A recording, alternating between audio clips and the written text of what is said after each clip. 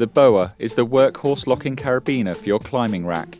It's strong, has a very large capacity, and is ideal for rigging. The special offset shape gives extra strength to the carabiner and offers a 25mm gate opening. The Boa comes into its own at belay stances or setting up top ropes. Its huge capacity will easily take 3 clove hitches from a 10mm rope. To endure greater loading, the Boa uses a non-binding gate. Even under an 80kg load, the carabiner barrel can still be undone. The barrel itself has been strengthened by using extra thick 70-75 aluminium. Most carabiners have a push-in rating of 1 kN, but all DMM screw gates are rated in excess of 5 kN, so that you're safer if the carabiner is accidentally loaded over an edge. The wide load-bearing radius is kinder to your gear as it spreads forces.